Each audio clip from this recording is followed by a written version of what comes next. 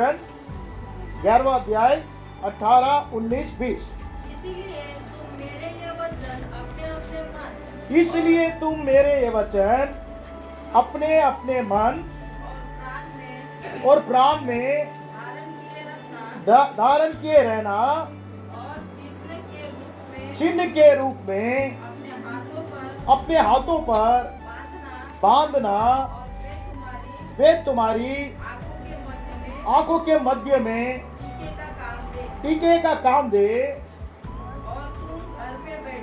और तुम घर में बैठे मार्ग पर चलते लेटते उठते इनकी चर्चा करके अपने बच्चों को सिखाया करना, और इन्हें अपने अपने घर के चौखट के बाजुओं और अपने फाटक के ऊपर लिखना। ये जो व्यवस्था विवरण है मूसा ने लिखा है, और जो गुड़ बात है आज जो हम सीखने जा रहे हैं उन बातों के बारे में यहाँ पर उल्लेख पाया जाता है। यहाँ पर हम देख रहे हैं कि मूसा जो इजरायली लोगों को लिखता है वो सिर्फ इजरायली लोगों के लिए नहीं, यीशु मसीह में आप और मैं आत्मिक इजरायली लोग हैं, हमारे लिए भी वो वचन लिखा गया है। मेरे प्रियो, यहाँ पर वो कहता है कि तुम मेरे ये वचन अपने अपने मन और प्राण में धारण किए रखना।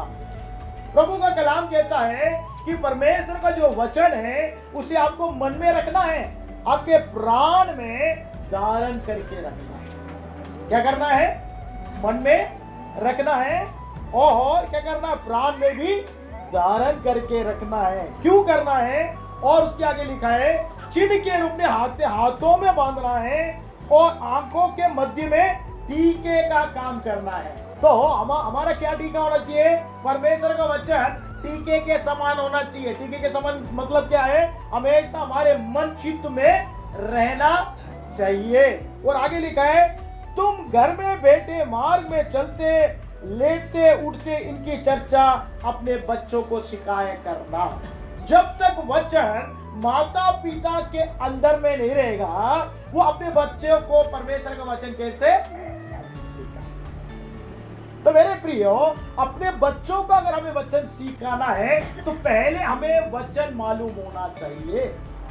माँ बाप जो है यहाँ पर उनको क्या मालूम होना चाहिए? परमेश्वर का वचन क्या है उसे जानना चाहिए, तब ही ना वो अपने बच्चों को सिखा सकते हैं। कब सिखा सकते? लिखा है कि हमने देखा कि चलते मार्ग में चलते लेटते उठते समय क्या करना है? बच्चों को सिखाना है। कब हम सिखाएंगे? जब वचन हमारे अंदर भी नहीं रहेगा तो हम कैसे सिखा पाएंगे? तो वचन जो माता पिता यहाँ मौजूद है सबसे पहले अपने अंदर में वचन को स्वीकार करना जरूरी है। आप जब तक वचन को स्वीकार नहीं करेंगे तब तक अपने बच्चों को चलते उठते समय, उनको मार्ग में चलाते समय उनको आप बोधन नहीं दे सकते हैं। आपके चित्त में होना चाहिए, टीके के समान आपके चित्त में होना चाहिए, आपके हाथ में होना चाहिए उसका चिन्ह, क्योंकि वो आपके घर के चौखटे में होना चाहिए। क्यों? क्योंकि वो वचन आप जब जब देखोगे आपको स्मरण आएगा ये प्रभु का वचन है, वो मुझसे बात करता है और मैं उसके अनुसार चलना है। जब तक वचन हमसे बात नहीं करेगा, उसको जब तक हम सीखेंगे नहीं, उस पर चलेंगे नहीं, हम अपने बच्चों को नहीं सिखा सकते। आमीन। तो सबसे पहले हमें सीखने की जरूरत है। क्यों वचन सीखने की जरूरत है? यूहन्ना रचित सुसमाचार का हम निकाल लेते हैं, पहला अध्याय पहला पद, अगर आप मेरे साथ पलटाइए यूहन्ना रचित सुसमाचार पहला अध्याय पहला पद में क्या लिखा है? आदि में वचन था। क्या कह रहा है? आदि में वचन था, वचन परमेश्वर के साथ था और वचन परमेश्वर। वो वचन हमें सीखने की जरूरत इसलिए मेरे प्रिय हो, उस वचन को मानने की जरूरत इसलिए है क्योंकि यहाँ पर जो यूहन्ना लिखता है, कह रहा है कि आदि में वचन था। आदि मतलब क्या है? शुरुआत में वचन था। जब कुछ भी शुरू नहीं हुआ था, क्या था? वचन था। और वो वचन किसके साथ था? परमेश्वर के साथ। और वचन परमेश्वर, तो वचन कौन है? परमेश्वर है। अगर वचन आपके साथ रहेगा, इसका मतलब है परमेश्वर आपके, अगर आप वचन आपके साथ नहीं रहेगा, परमेश्वर आपके साथ नहीं रहेगा। तो वचन आपके साथ में रहने के लिए, आपके चित्त में रहने के लिए उसे आप सुनना चाहिए, उसे आप पढ़ना चाहिए, उसे आप मनन करना चाहिए, उसे आपको ध्यान करना चाहिए, उसके अनुसार चलना चाहिए। हमें पहले सुनना है, फिर पढ़ना है, उसको ध्यान करना है, उस पे पालन करना है, तब वो वचन हमारे साथ साथ चलेगा। उठते समय, चलते समय, बैठते समय वचन आपसे बात करेगा। हमें वचन मुझसे बात करता है। कभी कभी जब मैं गलती करता हूं तो वचन मुझे वो बताता है कि ये गलती नहीं करना, क्योंकि वचन में अगर आप प्रयास करेंगे तो वचन आपसे बात करना शुरू कर देगा। जब तक आप वचन में प्रयास नहीं करेंगे तब तक वचन आपसे बात नहीं करेगा। इसलिए कलीसिया में, प्रभु की संगति में जब हम आते हैं, वचन को बहुत ज्यादा जोर दिया जाता है, क्योंकि वचन ही कौन है? परमेश्वर है। अगर वचन को आप सुनेंगे, आपके अंदर में विश्वास आएगा, वचन पर आप चलेंगे, वचन को अपने चित्त से नहीं हटाएंगे, तब तक परमेश्वर आपके साथ में रहेगा। इसी अध्याय यूहन्ना पहले अध्याय के अगर हम 14 पद में हम देखते हैं, यहाँ पर क्या लिखा है? यूहन्ना पहले अध्याय के 14 पद में लिखा, वचन देहधारी हुआ। वचन क्या हुआ? देहधारी हुआ। देहधारी का मतलब है एक वचन को शरीर दिया गया। और आगे लिखा है, और अनुग्रह और सच्चाई से परिपूर्ण होकर बीच में डेरा किया, और हमने उसकी ऐसी महिमा देखी जैसे पिता एकलौते की महिमा देखी। ये कौन है? ये वचन जो देहधारी हुआ है, वो वचन जब देहधारी हुआ उसको नाम दिया गया यीशु मसीह। क्या नाम दिया? यीशु। जो वचन परमेश्वर के साथ था, वो वचन जब देहधारी हो गया, उसको जब इस पृथ्वी में देहधारी हुआ, देहधारी लिया, तब उसको एक नाम दिया गया यीशु करके। यीशु का मतलब है उद्धार करता, छुटकारा देने वाला, मुक्ति देने वाला, आपको हर बातों से मुक्ति देने वाला, छुटकारा देने वाला प्रभु यीशु मसीह है। बीमारी से, रोगों से, कंगाली से और अंधकार से, शैतान की आजमाइशों से प्रभु परमेश्वर छुटकारा देगा जब आप उसको स्वीकार करेंगे। हम क्यों बोलते हैं कि यीशु मसीह को हम स्वीकार करें? कैसे स्वीकार करते हैं? प्रभु यीशु मसीह जो वचन में है, वचन को जब हम स्वीकार करते हैं तो यीशु मसीह को हम स्वीकार करते हैं। हमें जब तक हम वचन को स्वीकार नहीं करते हैं, तब तक यीशु मसीह से आपका और मेरा कोई संबंध नहीं रहता। जब हम सुनते हैं यीशु मसीह मेरे लिए संसार में कुंवारी मरियम के गर्भ से पैदा हुआ, वचन में रहने वाला, वचन के साथ रहने वाला, देहधारी हुआ, और वो मेरे लिए इस संसार में पैदा हुआ, मेरे लिए उसने सेवाएं की, मेरे लिए अद्भुत कार्य किए, मेरे लिए मुर्दों को जिलाए, मेरे लिए सब काम करके क्रूस में अपना जीवन को तक न्यौछावर कर दिया, और मुर्दों में से यीशु जी उठा और मेरे लिए एक स्थान तैयार करने के लिए स्वर्ग गया है, फिर से मुझे लेने आने वाला है। उस वचन को जब हम विश्वास करते हैं, उस वचन को जब हम स्वीकार करते हैं, तो वचन जब हम स्वीकार करते हैं, यीशु मसीह को आप अपने जीवन में स्वीकार करते हैं। हमें वचन बहुत सुनते हैं, लेकिन जो वचन को हम स्वीकार कर उसका पालन करने का प्रयास करते हैं, तब यीशु मसीह, परमेश्वर जो वचन में है, यीशु मसीह, वो आपके साथ में रहता है। हमें कब साथ में रहेगा? जब वचन आपके साथ में रहेगा। यही मूसा का एक दास था जो यहोशू की किताब हम निकालेंगे, उसको सलाह दिया गया, और परमेश्वर ने भी उसको सलाह दिया। क्या सलाह दिया? निकाल लेंगे यहोशू पहला अध्याय और 8वां पद। अगर हम देखेंगे वहां पर यहोशू पहला अध्याय 8वां पद, उसमें लिखा है, व्यवस्था की यह पुस्तक तेरे चित्त से कभी ना उतरने पाए। इसका मतलब क्या है? परमेश्वर का जो व्यवस्था है, उसका जो वचन है, तेरे चित्त से क्या नहीं होना चाहिए? कभी नहीं उतरना चाहिए। पहले आपके चित्त में होना चाहिए, तभी तो नहीं उतरेगा। हमारे घर के सारे काम हमारे चित्त में रहता है। ये करना है, वो करना है, मेरे बच्चे के लिए करना है, मेरे परिवार के लिए करना है, मेरे बच्चों की पढ़ाई के लिए करना है, और मुझे परिवार के लिए सारे सामग्री लेके आना है, गाड़ी में पेट्रोल डालना है, सब हमारे चित्त में रहता है। क्या करना है वो सब हमारे चित्त में रहता है। क्या करना क्या नहीं करना सब हमारे चित्त में रहता है। लेकिन क्या परमेश्वर का व्यवस्था, परमेश्वर का वचन आपके चित्त में है? प्रभु कहता है यहोशू से कि व्यवस्था का जो पुस्तक तेरे चित्त से कभी नहीं उतरना है। आपके पास एक परिवार है, आप परिवार का नेतृत्व कर रहे हैं। जरूरी है आपके परिवार की सारी जरूरतों को आपको पूरा करना है। मुखिया लोग जो परिवार के हैं उनको करना जरूरी है। लेकिन मेरे प्रियो, यहाँ पर जो यहोशू के बारे में देख रहे हैं, लाखों लोगों को चलाने वाला, कितने लोगों को? लाखों लोगों को चलाने वाला, उसको प्रभु परमेश्वर कह रहा है कि तेरे चित्त से ये वचन नहीं उतरना। इसका मतलब ये थोड़ी है कि उसने व्यवस्था उठा के रख लिया और पढ़ता ही रहा, ऐसा नहीं है। उसको बहुत सारा युद्ध में जाना था। यहोशू को बहुत सारा युद्ध किया उसने।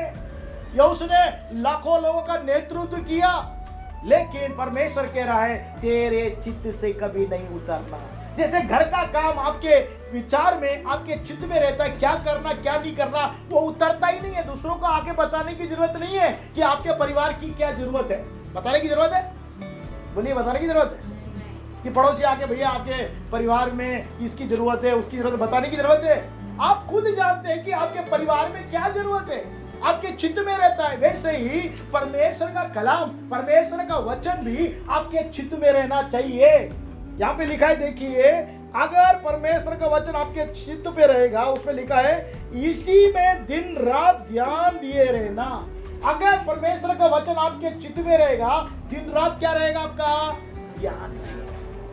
परिवार की सारी जरूरत आपको दिन रात याद रहता है। आपको किसी को बताने की जरूरत नहीं है, आपके चित्त में रहता है क्या करना क्या नहीं करना, काम पे जाना, कार्य करना, व्यवसाय करना, परिवार को चलाना, सब चीजें करना आपके चित्त में रहता है। किसी को समझाने की जरूरत नहीं है। लेकिन प्रभु का कलाम कहता है कि परमेश्वर का जो वचन है अगर आपके चित्त में रहेगा, उसे नहीं उतरेगा, तो आप क्या करोगे? दिन रात ध्यान करोगे, इसलिए कि जो कुछ उसमें लिखा है उसके अनुसार करने में क्या करोगे? चौकसी करोगे। कब चौकसी हम करेंगे? जब परमेश्वर का वचन हमारे चित्त में रहेगा। अगर आप आलसी के समान अगर बिस्तर में लौट रहे हैं, तो प्रभु का वचन कहने लगता है, हे आलसी, तू कब तक सोता? बात कर रहा है कि नहीं कर रहा? आपके मन में आके बात करेगा, वो आपका वचन बात करेगा। कब तक पलटता रहेगा? कब तक तू सोता रहेगा? आपको याद दिलाएगा परमेश्वर का। अगर आपका वचन, परमेश्वर का वचन आपके चित्त में रहेगा, तो आपको याद दिलाएगा, आपको स्मरण करवाएगा, और कह रहा है कि उस वचन के अनुसार क्या करना है? चौकसी करना है। करने से क्या होगा? क्योंकि ऐसा ही करने से तेरे सब काम क्या हो जाएगा? सफल होगा। हमारी कार्य क्यों सफल नहीं हो रहा? क्योंकि परमेश्वर का वचन हमारे चित्त में नहीं है। परमेश्वर का वचन हमारे अंदर नहीं है, उसको पालन करने का प्रयास नहीं कर रहे हैं। परमेश्वर का वचन जो हमें बताता है उसको सुनते जरूर है, पढ़ते जरूर है, ध्यान भी करते हैं, लेकिन उस पर अमल करने की कोशिश नहीं करते। वो अगर हम अमल करना शुरू कर देंगे, उस पर ध्यान करके पालन करना शुरू कर देंगे, जो भी काम में हम हाथ लगाएंगे हमारा क्या काम होगा? सब काम सफल हो जाए। कब सफल होगा? जब आप परमेश्वर का वचन आपके चित्त में रहेगा, प्रभु आपके साथ रहेगा, आपको स्मरण करवाएगा, आप जो भी काम करेंगे आपका काम सफल हो जाएगा। और क्या लिखा है? और तुम क्या हो जाओगे? प्रभावशाली हो जाओगे। क्या हो जाओगे? प्रभावशाली। लोगों से बढ़कर प्रभावशाली हो जाओगे। क्यों हो जाओगे? क्योंकि परमेश्वर का वचन आपके साथ है, आपके चित्त में है। इसलिए कहा है कि वचन को अपना माथे का टीका बनाना, चित्त में रखना। किसमें रखना? टीका जब लगाते हैं, कुछ लोग टीका लगाते हैं, नहीं लगाते तो चेहरा अपन दर्पण में देखते हैं तो हमारा माथा दिखता है। वहां पर क्या होना चाहिए? उस चित्त में परमेश्वर का वचन रहना चाहिए, परमेश्वर का वचन स्मरण में रहना चाहिए। वो जब वचन के अनुसार हम चलने लगेंगे, परमेश्वर आपके साथ, मेरे साथ रहेगा और जो भी कार्य करेंगे हमारा कार्य सफल होगा और विफल नहीं होगा। हम जय प्राप्त करते हुए जाएंगे और प्रभावशाली रहेंगे लोगों में। लेकिन क्या करना पड़ेगा? वो वचन को अपने चित्त में रखना पड़ेगा। आगे हम देखेंगे, भजन संगीता निकालेंगे। दाऊद जो भजन संगीता लिखा है उसमें 119 निकाल लेंगे, 49 पढ़ेंगे। 119:49 वचन तूने अपने दास को दिया है, उसे स्मरण कर, क्योंकि तूने मुझे आशा दी है। क्या लिखा है? परमेश्वर जो वचन आपको देता है, वो दास को जो दिया है, उसे परमेश्वर वो कह रहा है कि आप स्मरण करो। क्या करो?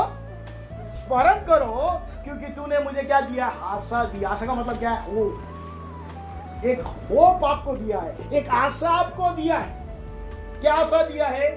आपके जीवन के प्रति एक आशा, आपके कार्य के प्रति एक आशा, आपके परिवार के प्रति एक आशा, आपके बच्चों के प्रति एक आशा, आपके भविष्य के प्रति एक आशा। जब आप वचन को स्वीकार करते हैं और जो वचन परमेश्वर आपको देता है, उसको परमेश्वर को कहते हैं कि आपने जो मुझे वचन दिया है, आप स्मरण करें और मुझे क्या दे? एक आशा दे, एक होप दे। एक आशा हमारे अंदर में रहेगा तो हम कार्य करने के लिए हमारे अंदर में सामर्थ्य रहेगा। कब सामर्थ्य रहेगा? एक आशा हमारे अंदर में रहना जरूरी है मेरे प्रियो। आगे अगर हम देखते हैं उसी 119 में, भजन संगीता 119 में 105 पद को अगर हम देखते हैं तो लिखा है, तेरा वचन मेरे पांव के लिए दीपक है और मेरे मार्गों के लिए। कब यह उजाला होगा? वचन मेरे पांव के लिए दीपक होगा। दीपक का मतलब क्या है? जब अंधेरे में हम जाते हैं, हमारे सामने दीपक रहेगा। अगर हम गाड़ी में जाते हैं, अगर लाइट रहेगी तो क्या हो जाएगा? उजाला होता हुआ जाएगा। वैसा वचन आपके साथ रहेगा, आपके सामने, आपके पांव के लिए दीपक रहेगा, आपके पैर में ठोकर नहीं लगेगी। नहीं तो अंधकार में क्या लगेगा? ठोकर लग जाएगा। तो वचन दीपक का काम करता है। आपको किस मार्ग में जाना, उस मार्ग का रास्ता दिखाते हुए जाएगा, आपको पैर में ठोकर नहीं लगेगी। वो लिखा है, मेरे मार्गों के लिए वो क्या हो जाएगा? उजाला हो जाएगा। आपके मार्ग के लिए पहले तो आपका जो वचन आपके साथ रहेगा, आपका दीपक का काम करेगा और उजाला करेगा जिस मार्ग में आपको जाना है। तो वो वचन हमारे साथ रहना है। और अगर हम इसी में 119 भजन संगीता 119 अगर 9वां पद अगर हम देखते हैं तो उसमें क्या लिखा है? जवानों के लिए लिखा है मेरे प्रिय। देखिए ध्यान दीजिए, भजन संगीता 119 9वां पद लिखा है, जवान अपनी चाल को किस उपाय से शुद्ध कर रखे। क्या लिखा है? जवान अपनी चाल को किस उपाय से शुद्ध रखे। लिखा है, मैं तेरे वचन के अनुसार सावधान रहने से। कैसे रहने से? तेरे वचन के अनुसार सावधान रहे। जवान कब अपनी चाल और उपाय को शुद्ध कर सकेगा?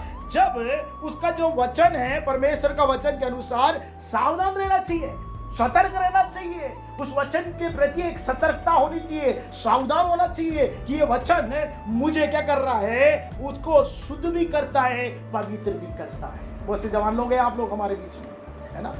तो आपको क्या करेगा वचन?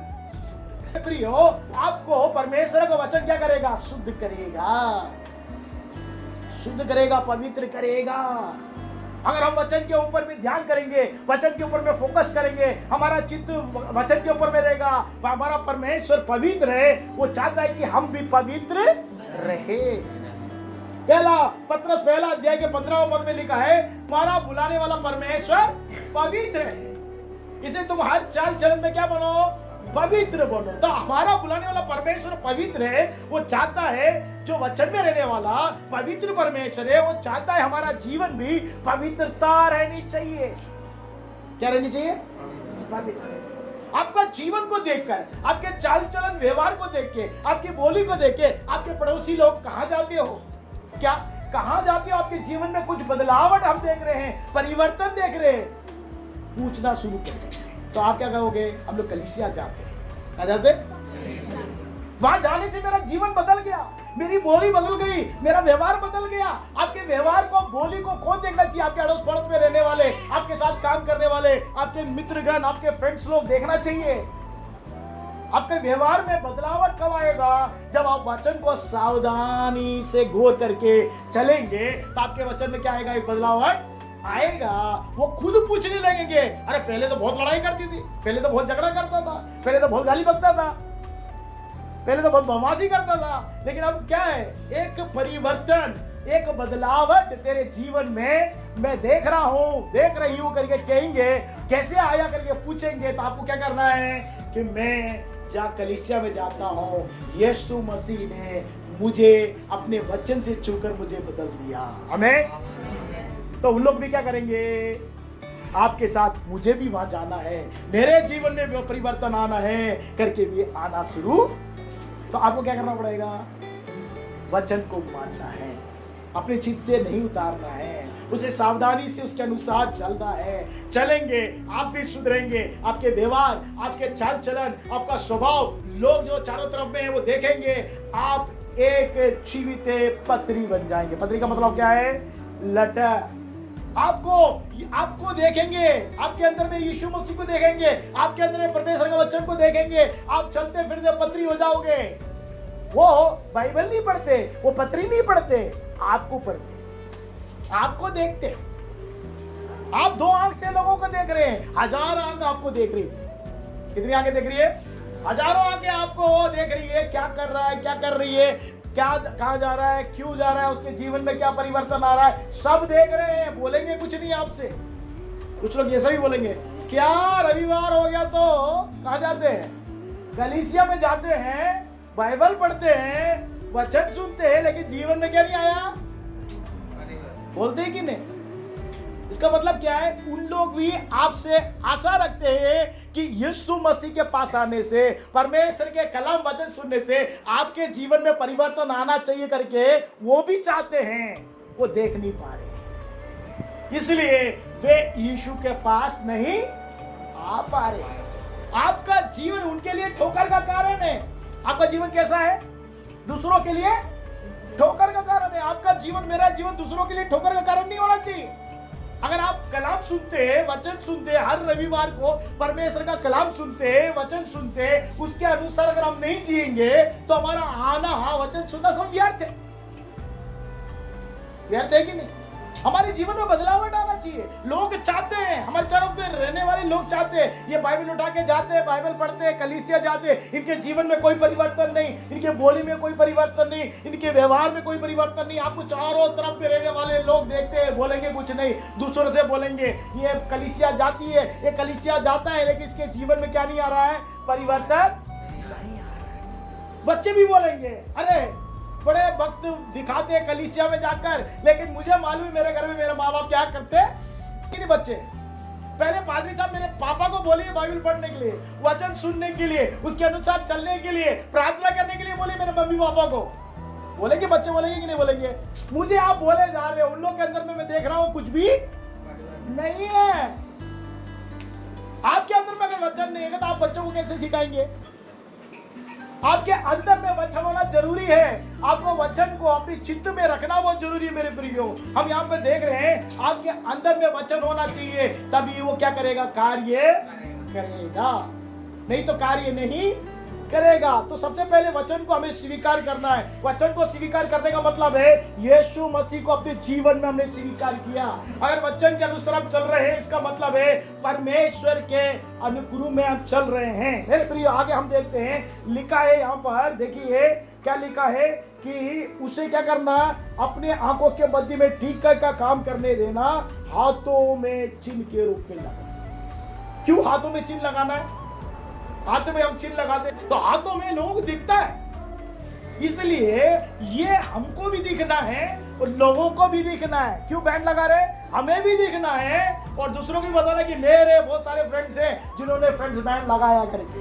हमको बड़ी खुशी होती है उसको देखने में। वैसे परमेश्वर कहता है तेरे हाथों में क्या रहना चाहिए? वो बैंड नहीं, क्या रहना चाहिए? वचन रहना चाहिए। और तेरे सिर माथे पे टीका नहीं, परमेश्वर का वचन रहना चाहिए चित्त में। और आगे लिखा है मेरे प्रियो, क्या लिखा है कि तेरे घर के चौखटे बाजुओं में फाटकों में क्या लिखना? परमेश्वर के वचन को लिख के रखना। क्या लिख के रखना? वचन। क्योंकि वचन आपके घर में रहेगा तो लोग जो आएंगे वचन को पढ़ेंगे। वो वचन परमेश्वर है, वो वचन उनके जीवन में काम करेगा। आप जब देखोगे वचन बार बार जब आपका नजर वचन में पड़ेगा, वो वचन आपसे बात करने लगा। आप पढ़ते पढ़ते वचन आपसे बात करने लगा। इसलिए उसको स्मरण में रखने के लिए वचन को चौखट में लगाना, घर के दीवार में लगाना, जिससे वचन आप जब पढ़ोगे वचन आपसे बात करेगा, आपके जीवन को बदलेगा, परमेश्वर आपके साथ रहेगा, आपको स्मरण दिलाता रहेगा। तभी आप क्या कर सकते हैं? अपने बच्चों को सिखा सकते है ना? नहीं तो बच्चों को सिखा सकते नहीं, सिखा सकते। नीति वचन अगर हम निकालेंगे 22वां अध्याय, जल्दी चलेंगे। नीति वचन 22वां अध्याय 15 पद क्वेश्चन पढ़िए। नीति वचन 22 का 15। लड़के के मन में मूर्खता की गांठ बंधी रहती है, लड़के के मन में मूर्खता की गांठ बंधी रहती है, परंतु अनुशासन की छड़ी के द्वारा वह खोलकर उससे दूर की जाती है। वो अनुशासन की छड़ी के द्वारा उसको क्या करते हैं? खोलकर उसे दूर की जाती है। आपका बच्चा है, आपने पैदा किया है, वो बच्चे के मन में क्या रहती है? मूर्खता रहती है, मूर्खता रहती है, मूर्खपन रहता है, मूर्खता रहती है उसके अंदर में। वो घाट के समान बंधी रहती है, बांधी रहती है। आप कुछ बोलते हैं वो नहीं करता है, क्योंकि उसके अंदर वो मूर्खता भरी हुई है। उसको क्या करना पड़ेगा? अनुशासन की छड़ी। अनुशासन क्या है? एक छड़ी है। वो अनुशासन छड़ी से क्या करते हैं हम लोग? जब बच्चे छोटे रहते हैं, माँ बाप क्या करते हैं? जब गलती करते हैं तो क्या करते हैं? छड़ी लेके मारते कि नहीं मारते?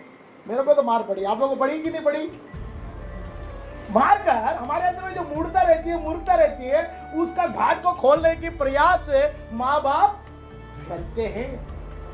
परमेश्वर भी अपने वचन के द्वारा हमें क्या करता? अनुशासित करने का प्रयास करता। पढ़िएगा दूसरा तीमुथियो निकाल लीजिए। दूसरा तीमुथियो 3 अध्याय 16वां पद में क्या लिखा है? संपूर्ण पवित्र शास्त्र परमेश्वर की प्रेरणा से रचा गया। जैसे माँ बाप बच्चों को छड़ी से मारकर ठीक करते हैं, वैसे ही परमेश्वर का जो वचन है, पवित्र शास्त्र है, परमेश्वर की प्रेरणा से रचा गया है उपदेश के लिए। किसके लिए लिखा गया है? आपको उपदेश देने के लिए। और क्या लिखा है? समझाने के लिए। आपको क्या के लिए? समझाने के लिए। परमेश्वर का वचन इसलिए लिखा गया है, आपको उपदेश दिया जाए, आपको समझाया जाए। आगे लिखा है सुधारने के लिए। परमेश्वर का वचन क्या के लिए दिया गया?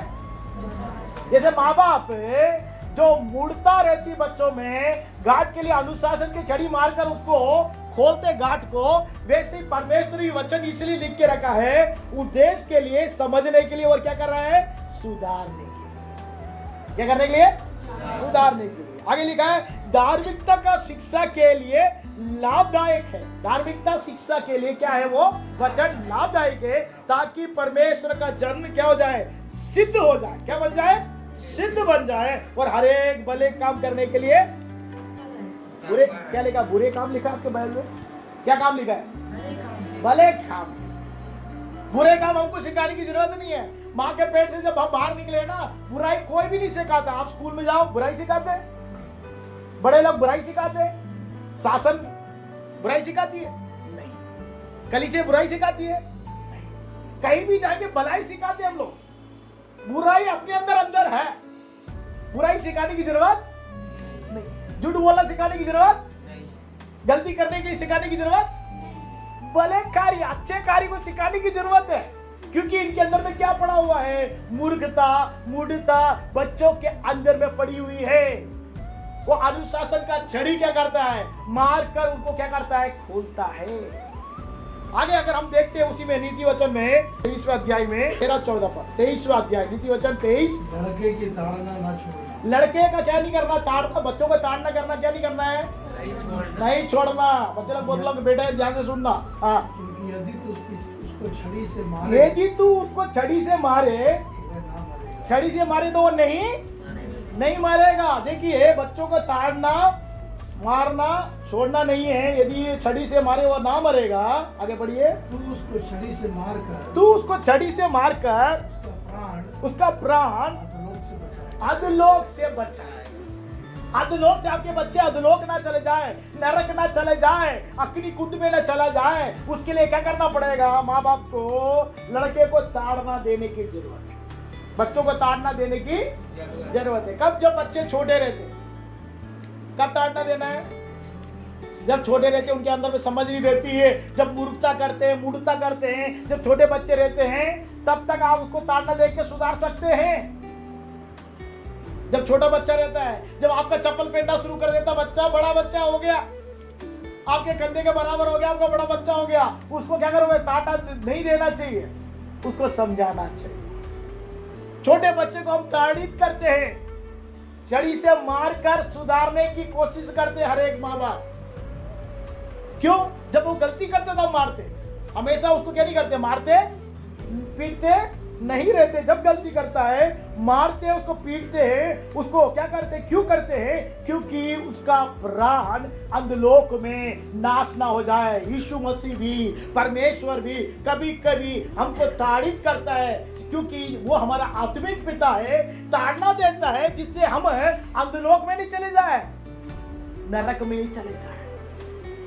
इसलिए हमें सुधारता है, हमें शिक्षित करता है, हमें उपदेश देता है कि हमारा प्राण नाश ना हो जाए। वैसे माँ बाप भी जैसे उनको अच्छा लगता है वैसे अपने बच्चों को बोधन देते हैं, उनको मारते हैं, पीटते हैं और सुधारने का प्रयास करते हैं। तो माँ बाप अपने बच्चों के प्रति जो परमेश्वर ने उनको दिया है उसका हक पूरा करना चाहिए, क्योंकि प्रभु का कलाम किताब भजन संहिता 127 के 3 में लिखा है, लड़के यहोवा का दिया हुआ दान है, घर का फल परमेश्वर ने दिया हुआ दान। भैया आप लोग को दिया है परमेश्वर ने, जो दायित्व तो आपको दिया है उसको बखूबी से आपको निभाना है। माँ बाप को, जो माँ बाप सुन रहे हैं वो ध्यान करें आपके बच्चों का। अगर आप नहीं सिखाएंगे तो एक दिन आपको रोना पड़ेगा, एक दिन आपको विलपना करना पड़ेगा, आंसू बहाना पड़ेगा आपके बच्चों के लिए। आपके बच्चों के लिए आंसू बहाएंगे आप कि मेरा लड़का ऐसा बिगड़ गया, मेरी लड़की ऐसे बिगड़ गई, मेरे बच्चे ऐसे बिगड़ गए करके आप आंसू बहाते रहेंगे, क्योंकि आपने अपने बच्चों को सही से परवरिश नहीं किया, सही से उनको उपदेश नहीं दिया, सही से उन्हें शिक्षित नहीं किया। परमेश्वर के वचन में, वचन के कलाम में आपको शिक्षा देना था। क्यों नहीं दिया? क्योंकि वचन आप खुद नहीं जानते थे, आप खुद पालन नहीं करते, तो आपके बच्चों को कैसे सिखाएंगे? तो परमेश्वर का वचन जब हम सुनते हैं, उसको जब हम पालन करते हैं, जब हम पालन करते हैं बच्चे देखते हैं।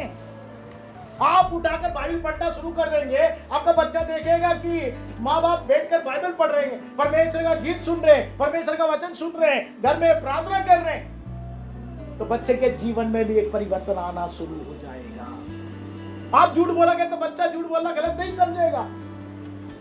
अब सत्य, परमेश्वर की आत्मा, सत्य की आत्मा, वो सत्य की आत्मा आपके अंदर में है, तो आपके अंदर से क्या निकलना चाहिए? सत्य निकलना चाहिए। अगर आप झूठ बोलेंगे तो झूठ का ईश्वर कौन है? शैतान है। अगर आप झूठ बोलना शुरू कर देंगे तो हमारा ईश्वर कौन हो जाएगा? शैतान हो जाएगा। अगर आप सत्य बोलना शुरू कर देंगे, हर बात में सत्य को बोलेंगे, कितनी भी तकलीफ आ जाए, कष्ट आ जाए, परेशानी आ जाए, सत्य से नहीं हटेंगे, तो परमेश्वर हमारे लिए सारे मार्गों को परमेश्वर क्या करेगा? खोलेगा। सत्य को जानोगे, सत्य तुम्हें क्या करेगा? स्वतंत्र करेगा।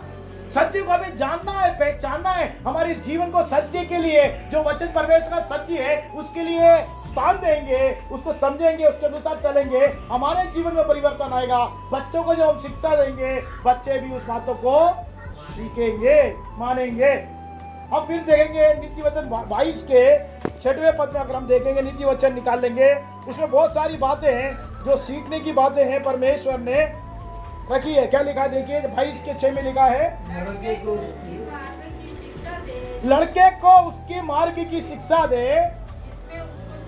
जिसमें उसको चलना चाहिए। आपको, माँ बाप को क्या करना चाहिए? बच्चों को क्या करना चाहिए, जिस मार्ग में चलना है उसके बारे में क्या करना चाहिए, शिक्षा देना चाहिए। मेरा बच्चा कैसे भी जाए ऐसे करके नहीं छोड़ना है आपको, माँ बाप को।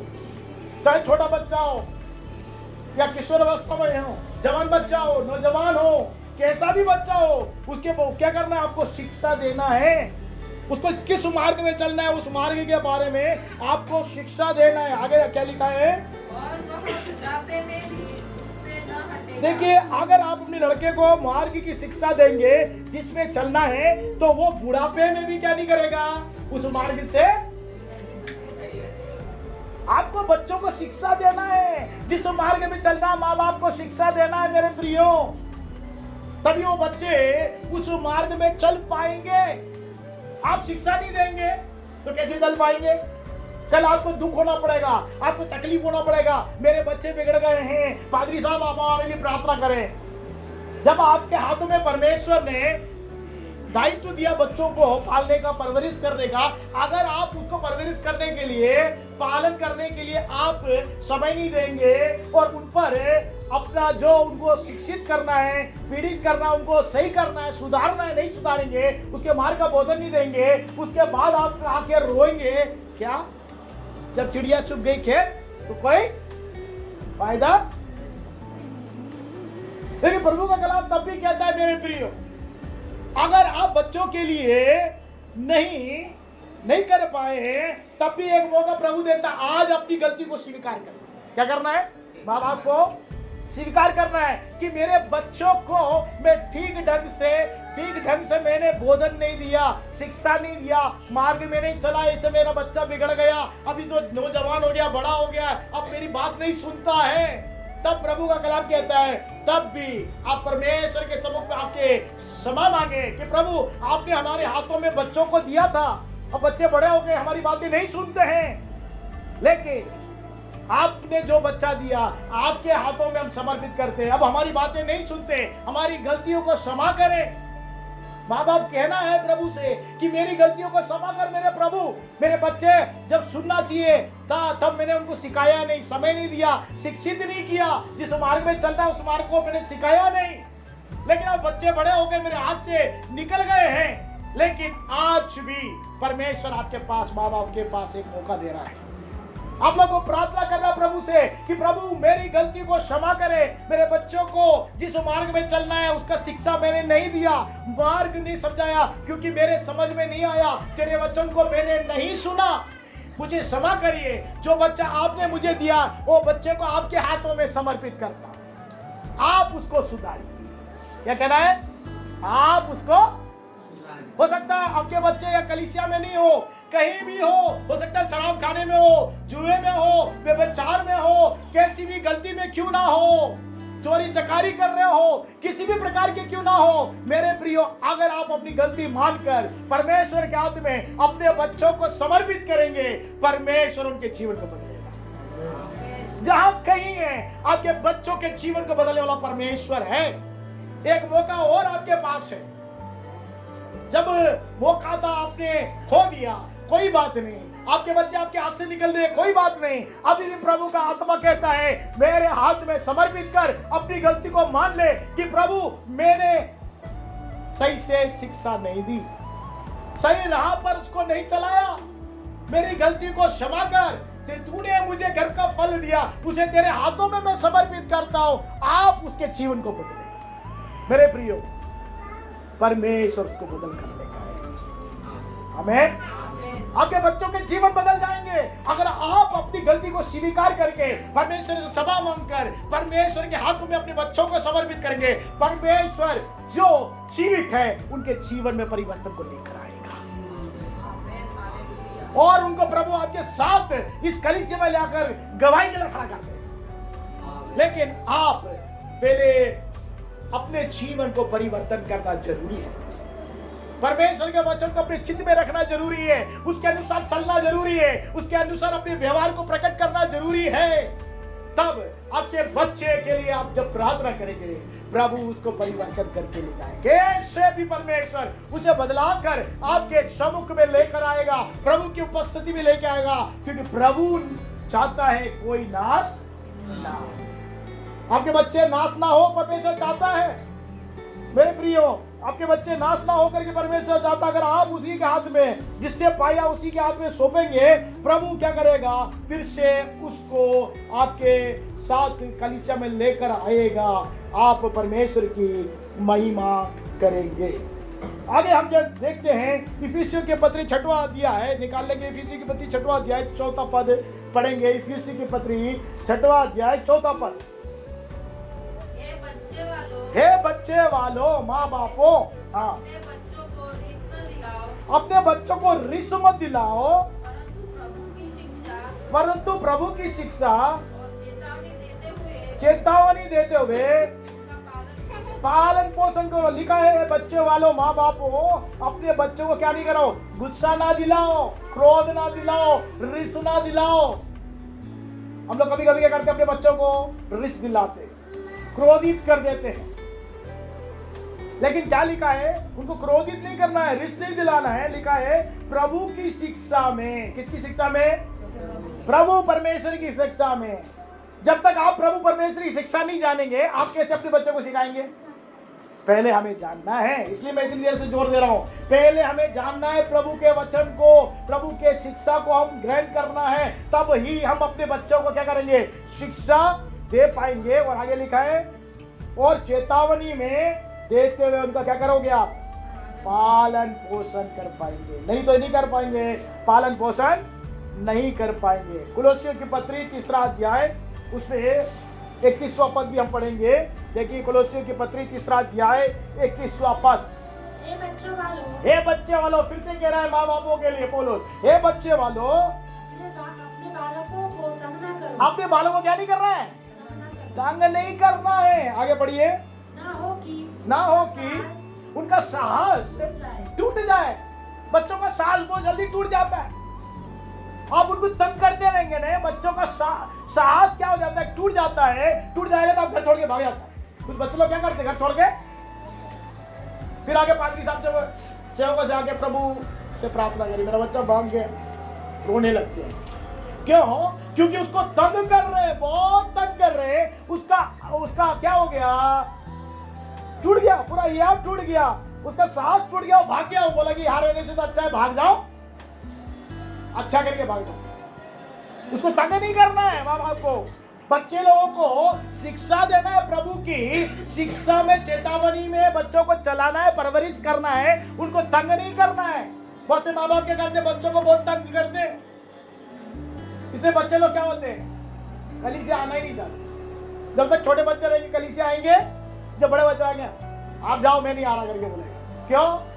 क्योंकि आप लोग बच्चों को क्या कर रहे हैं, इतना तंग कर रहे हैं कि उसका सांस टूट गया। अरे वहां कलीसिया जाके क्या सीखते हैं आप लोग, वचन पढ़ के क्या सीखते हो? आपके जीवन में तो मैं देख नहीं पा रहा हूँ, देख नहीं पा रही हूँ, आपके जीवन में कोई परिवर्तन नहीं है। मैं कलीसिया आके मैं क्या करूंगी, क्या करूंगा, बोलते हैं कि नहीं बच्चे। बहुत से कलीसिया मैंने देखा, देश भर में बहुत से स्थानों में जाता देखता हूँ, बच्चे लोग के बारे में मैं जो बात करता, बच्चे लोग ऐसे ही बोलते हैं, अरे माँ बाप को आप लोग हमें बहुत शिक्षा देते हैं, माँ बाप को शिक्षा नहीं देते। माँ बाप क्या नहीं करते, यहाँ भक्तिमान दिखाते, धर्मी दिखाते, वहां पे क्या है नहीं, घर पे बच्चे आपको अच्छे से जानते हैं। पादरी साहब आपको इतना अच्छा नहीं पहचानते, आप लोग आपको इतना नहीं पहचानते जितना आपका बच्चा, जिसे आपने पैदा दिया, आपके बच्चा आपको अच्छे से जानता है। मेरा पिता क्या करता है, मेरी माँ क्या करता है, बच्चे से बढ़कर कोई नहीं जान सकता। क्योंकि शिक्षा सबसे पहले कहाँ शुरू होती है, स्कूल में नहीं, घर से शुरू होती है। स्कूल में तो बाद में बच्चे जाते हैं शिक्षा लेने के लिए, पहले घर से उसकी शिक्षा चालू होती है। इसलिए यहाँ पे लिखा है प्रभु में उसको शिक्षा दे, चेतावनी दे माता पिता, और उसको तंग ना करे, उसको क्या नहीं रिस ना दिलाए, नहीं तो उसको क्या हो जाएगा, सांस छूट जाएगा और वो क्या करेगा, जाएगा। में आगे अब बच्चों के बारे में हम पढ़ेंगे, नीति वचन 23 के 22 में पढ़ लेंगे। नीति वचन 23 के 22 में माँ बाप के बारे में अभी तक हम सीखा। अब बच्चे लोग भी उन बातों को थोड़ा सा देखें, क्योंकि बच्चे लोग आप लोग यहाँ पर ज्यादा है, जरूर उसको जरा मनन करिए। 23 के 22 में हम देखेंगे, अपने जन्माने वाले पिता की सुनना। बच्चे लोग सुनना ध्यान से, आपको जन्म देने वाले पिता की क्या करना है, सुनना है। और आगे बढ़िए, जब तेरी माता बूढ़ी हो जाए, जब तेरी माता बूढ़ी हो जाए, तब भी भी उसे कुछ ना जानना। उसको तुच्छ नहीं जाना। अरे तू तो बुढ़िया हो गई है, तेरे को तो अनपढ़ है, तेरे को तो गंवार है, तेरे को कुछ भी समझ में नहीं आता, ऐसे नहीं बोलना है। तू क्या नहीं करना है? मैं तो स्कूल में पढ़ लिया, मैं पढ़ा लिख गया, समुदाय में जाता, तेरे को तो कुछ नहीं आता, तू तो गोबर लगा लगा के यही वो काम करती रहती है ना, तेरे को कुछ नहीं मालूम, मुझे सब मालूम है। बूढ़ी हो गई बेचारी माँ, तेरे को परवरिश कर करके बूढ़ी हो गई है, वो क्या बोलेंगे, रसोई की चौकी में बैठकर तेरे लिए रोटी पका पका कर बूढ़ी हो गई बेचारी, लकड़ी फूक फूक कर बूढ़ी हो गई। लेकिन क्या करने लगे बच्चे लोग? तुच्छ समझते हैं किसको? अपनी माता को तुच्छ समझते हैं। क्या लिखा है? जब तेरी माता बूढ़ी हो जाए तब क्या नहीं करना उसको? तुच्छ नहीं जानना। अभी तक मैंने माँ बाप के लिए बात करी, अब बच्चों के लिए बात करी। बच्चे लोग कान लगा के सुने, ठीक है? माँ बाप के लिए जब बोला तो बहुत अच्छे से सुन लिया, अब अपने बारे में आ रहा है, ध्यान से सुनिए क्या लिखा है।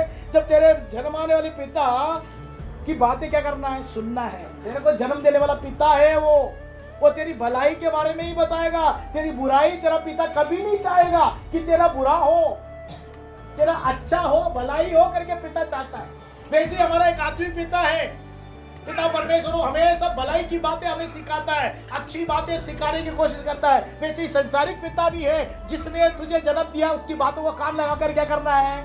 सुनना है। और तेरी माता जब बूढ़ी हो जाए तो उसको क्या नहीं करना?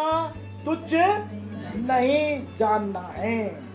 आगे हम पढ़ेंगे, इफिसियों के पत्री निकाल लेंगे, 6वां अध्याय, इफिसियों के पत्री 6वां अध्याय, 1, 2 और 3 पद पढ़ेंगे। क्या लिखा है बच्चे लोग? सुनो ध्यान से कि प्रभु में क्या करो? माता पिता की क्या करना चाहिए? मम्मी पापा जो बोलेंगे उसको क्या करना चाहिए? आगे मानना चाहिए। हाँ, आगे पढ़िए। क्योंकि ये उचित है। माँ बाप ने जो संसार में हमें लेकर आया, उनकी बातों को मानना है, उसको मानना उचित है। आगे पढ़िए। अपनी माता और पिता का आदर करो। अपने माता पिता का क्या करना चाहिए? मैं तो बहुत पढ़ लिया, मैं बहुत कुछ हो गया, तू तो दोनों अनपढ़ गवार है, मैं क्या नहीं करना है? आदर करना है। कलम क्या कह रहा है? आदर नहीं करना, नहीं कह रहा है, क्या कर रहा है? हाँ, वो हो सकता है गवार है, अनपढ़ है, लेकिन उनने सोचा कि मेरे बच्चे अच्छे पढ़ लिख के तालीम ले ले, बड़े ओहदे ले ले, अफसर के समान रहे। मैं कितने तकलीफ में हम दोनों, हमारे माँ बाप सोचते हैं कि कितने तकलीफ में मेरे बच्चे अच्छे से रहना चाहिए करके माँ बाप सोचते हैं। कोई माँ बाप अपने बच्चे बिगड़ जाए करके कभी नहीं सोचते नहीं सोचते। अभी आपको पता नहीं चलेगा, जब आप माँ बाप बनोगे तो समझ में आएगा। कभी नहीं सोचते अपना बच्चा अच्छा रहे करके सोचते। इसलिए क्या करना चाहिए? उनका क्या करना चाहिए? रेस्पेक्ट करना चाहिए, आदर करना चाहिए। टीचर का आदर करते हैं, आजकल तो स्कूल में भी टीचर का आदर नहीं कर रहे हैं, कंप्लेंट करते हैं टीचर के ऊपर, है ना? आजकल ऐसा स्थिति आ गया है। लेकिन मेरे प्रिय वचन में आते हैं कि क्या करना चाहिए? माता पिता का आदर करना चाहिए। आगे लिखा है, यह पहली आज्ञा है। परमेश्वर ने जो संसार में आज्ञा दी है वो पहली आज्ञा है, जो माँ बाप का आदर करना है। आगे देखिए, जिसके साथ प्रतिज्ञा। बच्चे लोग ध्यान से सुनो, प्रतिज्ञा है। क्या प्रतिज्ञा है? कि तेरा भला होगा। बच्चे लोग सुनो, तुम्हारा भला होगा। अगर माँ बाप की आज्ञा मानोगे, आदर करोगे तो आपको क्या होगा? भला होगा। आगे क्या लिखा है? धरती पर बहुत दिन जीवित रहेगा। इस संसार में बहुत दिन तक जीवित रहेगा। कितना दिन? बहुत दिन, उसको काउंट नहीं कर सकते, अनकाउंट। अगर आप माता पिता का आदर करेंगे, उसकी आज्ञा मानेंगे, तो परमेश्वर का कलाम कहता है आपका भला होगा, आपका भलाई होगा बच्चे लोगों, और आप क्या करोगे? बहुत दिन तक जीवित रहोगे। क्योंकि आपने क्या कर दिया है? परमेश्वर के वचन के अनुसार माता पिता का आदर करते हैं, उसके अनुसार उसकी आज्ञा पे चलते हैं। निश्चय ही आपका भला होगा और आप क्या करोगे? बहुत दिन जीवित रहेंगे। तो बच्चे लोग ध्यान से सुने, अगर आपको जीवित रहना है तो परमेश्वर के कलाम को सुनना है और माता पिता की आज्ञा को मानना है। आगे हम देखेंगे नीति वचन 3 अध्याय 1 और 2 पद भी हम देखेंगे। नीति वचन 3 अध्याय 1 और 2 बच्चों के लिए है। ध्यान से सुनिए। हे मेरे पुत्रों, मतलब मेरे बच्चों, मेरी शिक्षा को ना भूलना। परमेश्वर का वचन कहता है उसकी शिक्षा को नहीं भूलना। क्या शिक्षा दिया? कि माता पिता का क्या करना चाहिए? हेलो, क्या करना चाहिए बच्चे लोग? आदर करना चाहिए और उनकी आज्ञा मानना चाहिए। आगे लिखा है, देखिए, शिक्षा ना भूलना, अपने हृदय में मेरी आज्ञा को रखना। बच्चों को क्या बोला जा रहा है? हृदय में क्या करना बच्चे लोग? परमेश्वर की जो शिक्षा है उसको, आज्ञा को अपने हृदय में आज्ञा के समान रख लेना है। तो क्या होगा? लिखा है, ऐसा करने से तेरी आयु बढ़ेगी। क्या बढ़ेगी? आयु बढ़ेगी, तो बहुत दिन तक जीवित रहेगा। आगे लिखा है, तू अधिक कुशल से क्या रहेगा? अधिक कुशल से रहेगा। इसी अध्याय में हम और आगे बढ़ेंगे। 11 पद से हम पढ़ेंगे नीति वचन 3 अध्याय का 11 और 12। देखिए क्या लिखा है, हे मेरे पुत्र, मेरे बच्चों सुनो, यहोवा की शिक्षा से यहोवा की शिक्षा से मुंह ना मोड़ना। और जब वह तुझे डांटे, जब वह यहोवा परमेश्वर तुझे डांटे, तब तू बुरा ना मानना। बुरा नहीं मानना। परमेश्वर का वचन अगर आपको डांटता है तो क्या नहीं करना चाहिए? जैसे मम्मी पापा डांटते हैं तो उसको क्या नहीं करना चाहिए? बुरा नहीं मानना चाहिए। कुछ बच्चे लोग तो क्या करते, ब्लैकमेल करते बच्चों को, माँ बाप को, तू मारेगा, तू मारेगी, मैं घर छोड़ के भाग जाऊं। अरे मेरे लल्लू, मेरे बेटा, ऐसा करके क्या करते माँ बाप? क्या करेंगे बेचारे? भाग गया तो क्या करेंगे? मेरा बच्चा भाग जाएगा तो कितना तकलीफ में रहेगा। उससे बच्चे भाग गए, उनका जीवन खराब हो गया। मेरे प्रिय बच्चे लोग, आप ध्यान से सुनना, है ना? इसलिए प्रभु का कलाम कहता है कि हमें यहोवा शिक्षा दे, मुंह क्या नहीं करना? मोड़ना नहीं। वो डांटे तो तुम उसका बुरा नहीं मानना। आगे देखिए क्या लिखा है, क्योंकि यहोवा जिससे प्रेम रखता है, यहोवा जिससे प्रेम रखता है उसको डांटता है। उसको डांटता है। हाँ आगे पढ़िए। जैसे कि हाँ, बाप उस बेटे को, जैसे कि बाप उस बेटे को जिसे वह अधिक चाहता है, जिससे अधिक चाहता है। बाप अपने बेटे को अधिक चाहता है, इसलिए डांटता है, मारता है। माँ बाप डांटते हैं, मारते हैं बच्चों को। क्यों? क्योंकि प्यार करते हैं, आपसे प्रेम करते हैं। बच्चों से क्या करते हैं? ध्यान से सुन रहे बच्चे लोग, माँ बाप क्या कर रहे हैं? प्रेम करते हैं, इसलिए डांटते हैं। हम लोग को बुरा लगता है, हमको डांट दिया, हमको मार दिया, लेकिन आपसे प्रेम करते इसलिए डांटते हैं। वैसे ही परमेश्वर भी, पिता परमेश्वर है, वो हमको डांटता है। हमको बुरा नहीं मानना चाहिए, हमको सिखाने के लिए, हमको सुधारने के लिए, हमारा जीवन भलाई के लिए, हम आशीष के लिए जीने के लिए परमेश्वर डांटता है। इसलिए उसको क्या करना चाहिए? बुरा नहीं मानना चाहिए। प्रभु की शिक्षा को बुरा नहीं मानना चाहिए। माँ बाप की शिक्षा को बुरा नहीं मानना चाहिए। वो अच्छी बातें सिखाते हैं। प्रभु में क्या लिखा है? प्रभु में माता पिता जो शिक्षा देते हैं उसको मानना है, बच्चों को मानना है। आप लोग पढ़ना जानते हैं, अपने माँ बाप जो पढ़ना नहीं जाते, क्या बाइबल पढ़ा के सुनाते हो आप लोग? हम तो खुद बाइबल नहीं पढ़ते, हमारे माँ बाप को क्या पढ़ा के सुनाएंगे? ऐसा नहीं। आपको क्यों पढ़ा रहे हैं? कि आप प्रभु के कलाम को, शिक्षा को, मम्मी पापा नहीं पढ़े हैं उनको क्या कर सकते हैं? पढ़ा के कम से कम सुन सकते हैं। उनको क्या करना चाहिए? आपको तालीम इसलिए दिया गया है कि बाइबल पढ़ के उनको सुनाएं, उनका जीवन में बदले। आप भी पढ़ना चाहिए, आपका जीवन बदले। आप पढ़ के उनको सुना चाहिए, उनका जीवन भी बदले।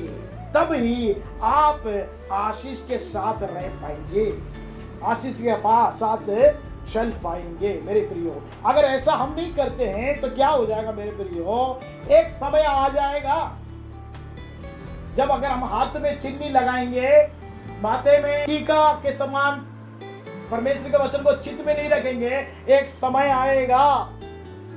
हम पढ़ते हैं प्रकाशित वाक्य 13 अध्याय, प्रकाशित वाक्य 13 अध्याय 16, 17, 18।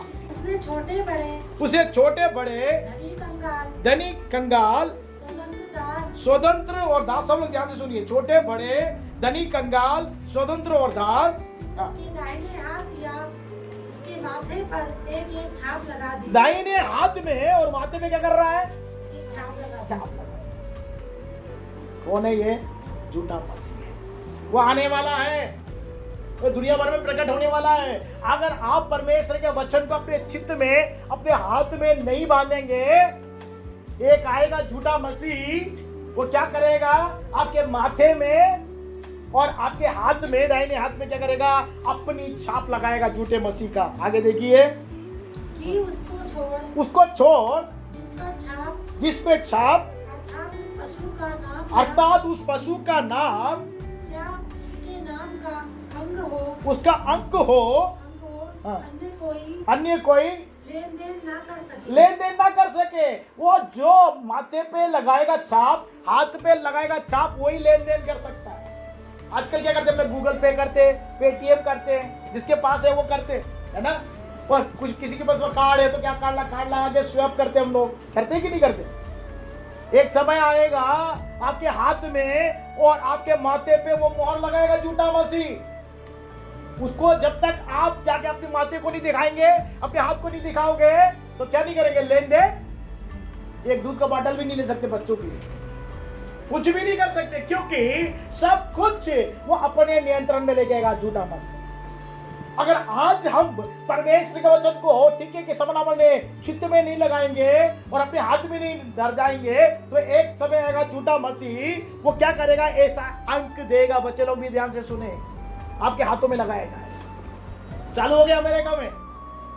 मैं अभी न्यूज में सुन रहा था 2-4 दिन पहले कि अमेरिका में चिप बनाने की कंपनी बहुत चालू हो गई है।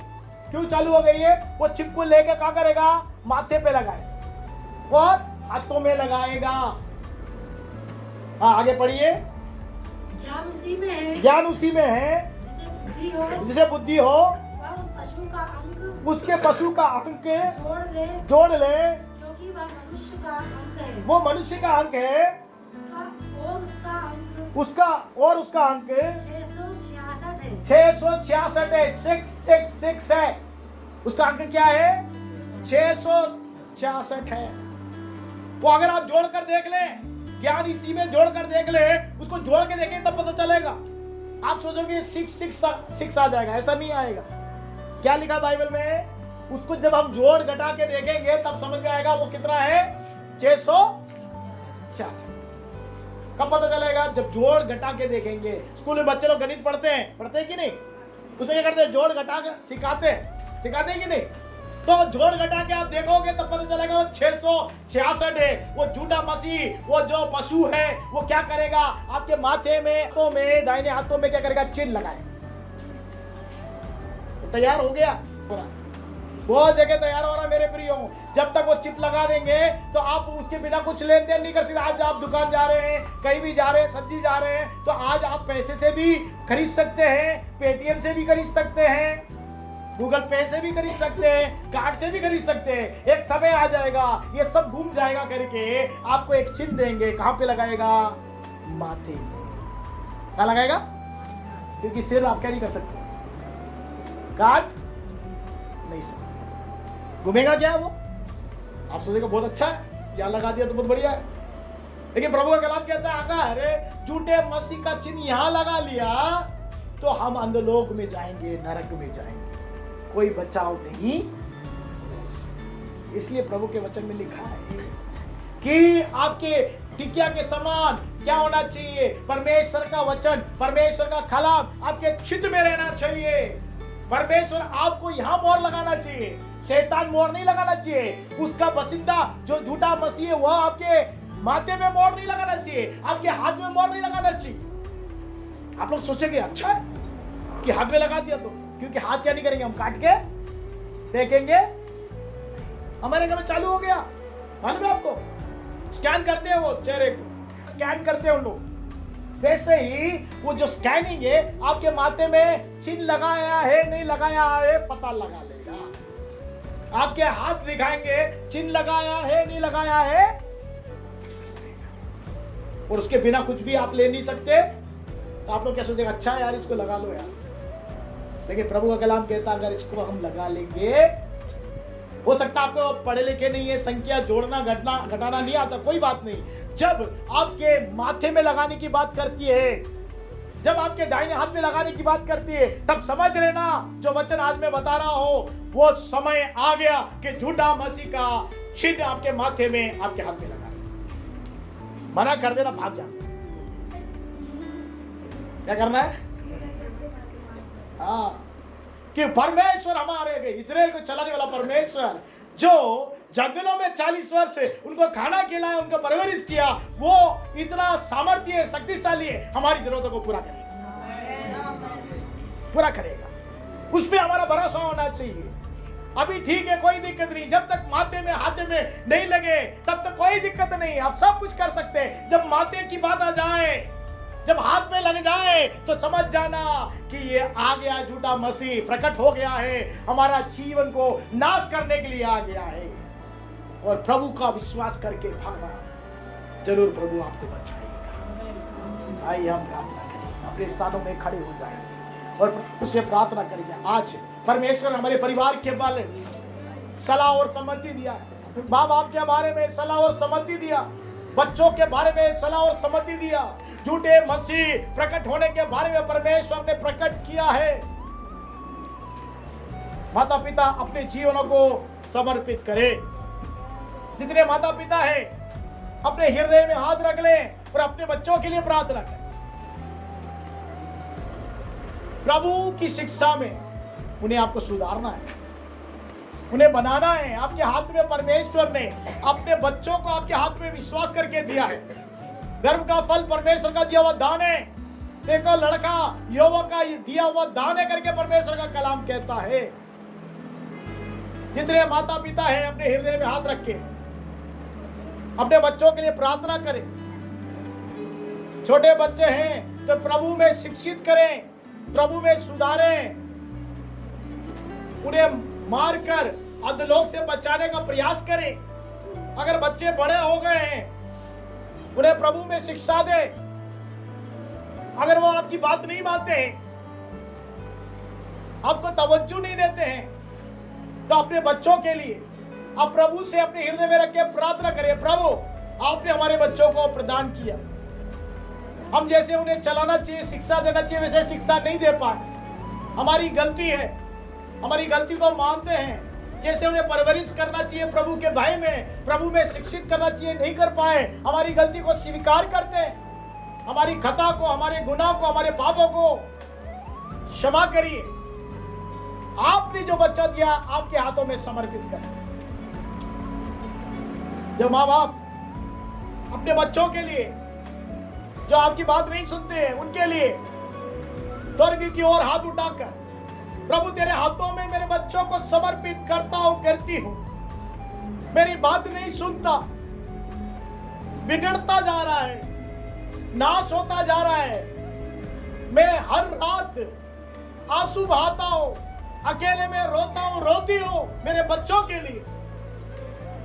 हाथ उठा के पिता परमेश्वर के हाथों में अपने बच्चों को समर्पित करें। आप प्रभु से बात करें, बोले प्रभु मेरी गलती क्षमा कर, तूने जो बच्चा दिया है उसे प्रभु में शिक्षा में मैं चला ना पाई, सिखा ना पाई, मेरी बात नहीं सुनता।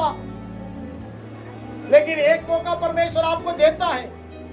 प्रभु से कहे, प्रभु मेरे बच्चों को तेरे हाथों में समर्पित कर दे, हमारी गलती को क्षमा कर, हमारे बच्चों को बदल दीजिए, आप बदलिए, आप कलीसिया में लेकर आइए। हम नहीं बदल सकते, आप बदल सकते हैं। आपके हाथों में मैं समर्पित करती हूं, समर्पित करता हूं। अपना दाहिना हाथ उठाकर प्रभु के सम्मुख में अपने बच्चों के लिए प्रार्थना करें।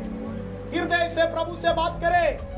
प्रभु आपके बच्चों को सुधारेगा, बदल देगा और वो कलीसिया में लेकर आएगा। उसके लिए आपके जीवन में भी परमेश्वर का वचन कार्य करने के लिए, पालन करने के लिए अपने जीवन को समर्पित करें। निश्चय आपके बच्चों के जीवन में एक परिवर्तन आप देखेंगे। आपके बच्चे प्रभु के भय में आते हुए आप देखेंगे। प्रभु बदलेगा, आप बदल नहीं पाए लेकिन आपके बच्चों को प्रभु बदल देगा। मैं उन माँ बापों के लिए प्रार्थना करता हूं प्रभु जी, जिन्होंने अपने हृदय में हाथ रखा, अपने दाहिने हाथों को उठाया, उनके जीवन में, उनके हाथों में जो बच्चों को दायित्व के रूप में आपने दिया है, गर्भ का फल दिया, और गर्भ के फलों को वो शिक्षित करने के लिए उन्हें बुद्धि और ज्ञान और समझ की आत्मा दीजिए। प्रभु में वो उन्हें शिक्षित कर सके, उन्हें सुधार सके, उन्हें परवरिश कर सके। जो बच्चे बड़े हो गए, माँ बाप के हाथ से निकल गए हैं, उन बच्चों के लिए हम प्रार्थना करते हैं। इनके खताओं को, माँ बाप के खताओं को, गलतियों को, कमियों को क्षमा करिए। और उन बच्चों के लिए हम प्रार्थना करते हैं कि वे बच्चे लोग प्रभु में आ जाए, उनका जीवन को आप ही बदल सकते हैं, क्योंकि हमसे भी ज्यादा पिता परमेश्वर हमारे बच्चों को आप प्रेम करते हैं। उन बच्चों को आपके हाथों में समर्पित करते हैं। हम और बोल कर नहीं उनको बदल सकते। वो बड़े बच्चे हो गए, हमारी नहीं सुनते। पिता आप उन्हें परिवर्तन करिए, उन्हें बदल दीजिए, आपकी उपस्थिति में आप लेकर आइए। ये सब परिस्थिति उनके जीवन में लाइए कि वे तुझे ढूंढ कर आ सके तेरी उपस्थिति में। प्रभु परिवार को आप आशीषित करें। जो हमारे बीच में बच्चे लोग हैं, इन बच्चों के लिए हम प्रार्थना करते हैं, जैसे प्रभु के भय में माँ बाप का आदर करने वाले, माँ बाप का आज्ञा मानने वाले, उसके अनुसार चलने वाले और पिता की बात सुनने वाले, माता को तुच्छ ना जानने वाले ये बच्चे लोग बन सके। जैसे प्रभु यीशु मसीह परमेश्वर के अनुग्रह बढ़ा, वैसे बच्चे लोग भी प्रभु यीशु मसीह के समान परमेश्वर के अनुग्रह मनुष्य के देह में बढ़ सके। आवे तेरे प्रिय जनों को तेरे हाथों में समर्पित करते हैं। मेरे प्रभु परमेश्वर, झूठे मसीह प्रकट होने से पहले प्रभु तेरा वचन आज हमसे बोला और बात किया। आपका वचन हमारे मनोचित्त में रहना चाहिए, हमारे हाथों में बांधा जाना चाहिए, हमारे हाथों में होना चाहिए। झूठा मसीह का चिन्ह हमें नहीं चाहिए। हमारा प्रभु परमेश्वर सर्वशक्तिमान सर्वव्यापी परमेश्वर हमारी जरूरतें पूरा करने वाला परमेश्वर है। हमारी निगाहें उसके ऊपर लगी हुई है। प्रभु तेरे हाथों में हमारे परिवार को, हमारे बच्चों को, यहाँ उपस्थित हर एक जनों को, तेरे प्रिय दास और दासी के परिवार को, यहाँ उपस्थित और सुनने वाले हर एक जनों को तेरे हाथों में समर्पित कर। सबके जीवन में तेरी आशीष भर दे, ताकि तेरी नाम की महिमा के लिए बेची सके। जो बलहीन है, तामे हैं, बीमारी में है, बुखार में है, जो आ नहीं पाए, उनके लिए भी प्रार्थना कर।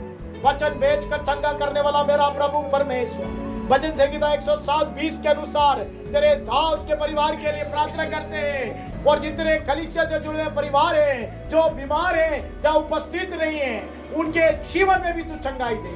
आज जो यहाँ उपस्थित है, जो बलहीनता महसूस करते हैं, उनके अंदर से सारी बलहीनता, सारे रोगों को दूर कर दे मेरे प्रभु। तेरे घोड़े खाने से हम चंगे हो, ताकि तेरी चंगाई, तेरा हाथ हमारे ऊपर रहने पाए। तेरे नाम की महिमा के लिए हम खड़े हो सके और तेरे राज्य के विस्तार के लिए हम उपयोग हो कर मेरे पिता। तेरे नाम की महिमा हमारे जीवनों में प्रकट होने पाए। तेरे हाथों में समर्पित करते हैं। यीशु मसीह के नाम से हमारे परिवार को आप ब्लेस करिए, हमारे बच्चों को ब्लेस करिए, हमारे कार्यों को ब्लेस करिए, हमारी सेवाओं को ब्लेस करिए, हमारी हर एक दायित्व को सही से निभाने की शक्ति और सामर्थ्य प्रदान करिए, ताकि आपके नाम की महिमा के लिए हम जी सकें। सारा आदर गौरव आपको समर्पित करते हैं। इस प्रार्थना को यीशु मसीह के नाम से मांगते हैं, सुन और ज्ञान के पिता।